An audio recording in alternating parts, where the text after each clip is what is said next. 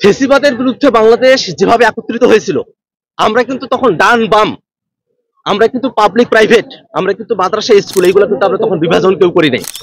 নারী পুরুষ কোনো জায়গায় আমাদের কোনো বিভাজন ছিল না। হিন্দু মুসলমান আমরা সবাই কিন্তু রাজপথে আসছিলাম।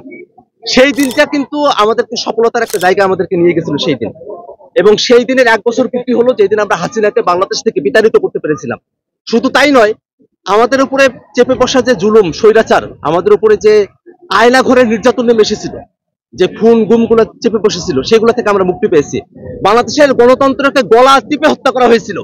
আমরা 24-এর অভ্যুত্থানের মধ্য দিয়ে বাংলাদেশের গণতন্ত্রের পথকে আমরা নতুন করে উন্মুক্ত করেছি। অতএব এই দিনটা আমাদের কাছে এতটা গুরুত্বপূর্ণ, এবং আমাদের আসলে আমরা যারা দীর্ঘ সময় ধরে ফেসিবাদের জাতাকলে আমরা পিষ্ট হয়েছি, এই বাংলাদেশের মানুষেরা, তাদের জন্য এটি এত বড় মুক্তির আনন্দ, সেটাকে নতুন করে ভাষায় প্রকাশ করার মতো আমাদের কিছু নেই। আজকের দিনে এসে গত বছরের যে আনন্দ, সেটাকে আমরা কতটুকু আমরা ওই জায়গা পর্যন্ত পৌঁছাতে পারবো সেটা আমরা জানি না। কারণ আমাদের ভাইরা সেদিন রাস্তায় দাঁড়িয়ে তারা নামাজ পড়ে ফেলছেন, আল্লাহর কাছে সিজদা দিয়ে ফেলছেন, হাত উঠায় দোয়া করে ফেলছেন, কান্নাকাটি করছেন। আমরা এই দিনগুলো আমরা ভুলতে পারবো না। একজন কবি তো এই কথাটা লিখছেন যে, তোমরা হয়তো যাইবা ভুলে খুনি হাসিনার ইতিহাস, সেই মায়ে রাখবো মনে যে সুইচে পোলার লাশ। আমরা আসলে ওই মায়ের কাতারে যাইতে পারবো না, এটা সত্য।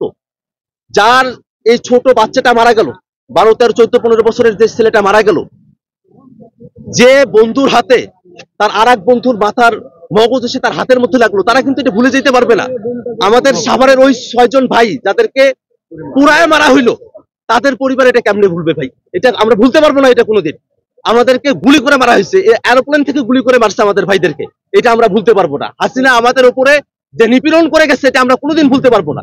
হাসিনার নিপীড়ন থেকে আমরা মুক্তি পাইছি, আল্লাহর কাছে আমাদের লাখো কোটি শুকরিয়া, আলহামদুলিল্লাহ।